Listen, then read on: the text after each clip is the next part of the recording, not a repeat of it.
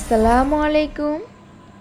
কেমন আছেন সবাই? বাংলাদেশি ব্লগার মিতু চ্যানেল থেকে আমি মিতু বলছি। আপনাদের সবাইকে আমার চ্যানেলে স্বাগত জানাই।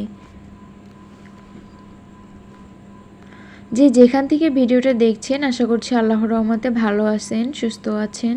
আলহামদুলিল্লাহ আমরাও সবাই ভালো আছি। নতুন আরও একটি ভিডিও নিয়ে আসছি, আর আজকের ভিডিওটা আমি বিকাল থেকে শুরু করেছি। বিকাল থেকে রাত পর্যন্ত কি করছি সেটাই আপনাদের সঙ্গে শেয়ার করব। আর এই তো বিকালের ভিডিওটা শুরু করেছি।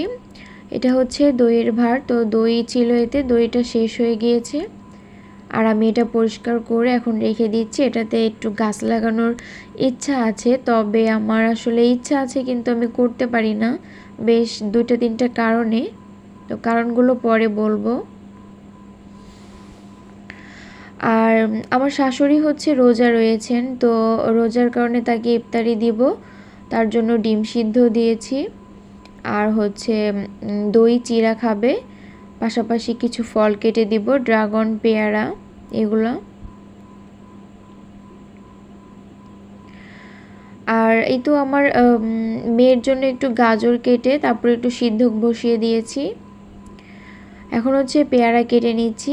আমার মেয়ে তো অনেক পেয়ারা খুব বেশি পছন্দ করে।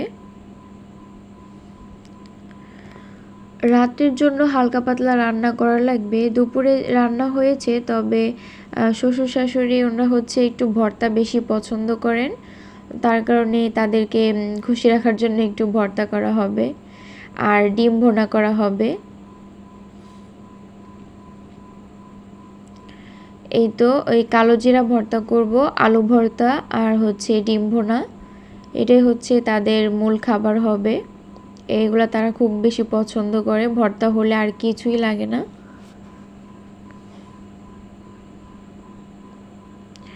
আর এই তো আমি এখন ডিম ভুনা করার জন্য,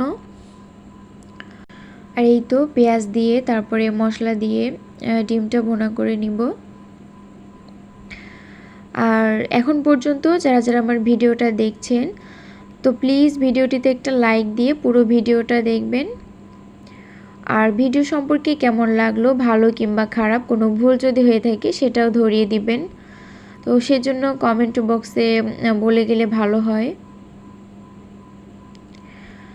আর যারা যারা নতুন আছেন আমার চ্যানেলে, সাবস্ক্রাইব করেননি, তারা প্লিজ চ্যানেলটা সাবস্ক্রাইব করে ছোট বোনের পাশে থাকবেন। আর যারা যারা সাবস্ক্রাইব করেছেন তাদেরকে মন থেকে অসংখ্য অসংখ্য ধন্যবাদ এবং অনেক অনেক দোয়া আপনাদের জন্য। আলু সিদ্ধ বসিয়েছিলাম, আর আলু সিদ্ধটা হয়ে গিয়েছে। এখন এই তো আলু ভর্তাটাও করে নিব। শুকনা মরিচ দিয়ে যে কোনো ভর্তাই অনেক মজার হয়, আর আলু ভর্তা হলে তো কোনো কথাই নেই। শুকনা মরিচ, পেঁয়াজ, সরিষার তেল দিয়ে একটা ভর্তা করা ছিল।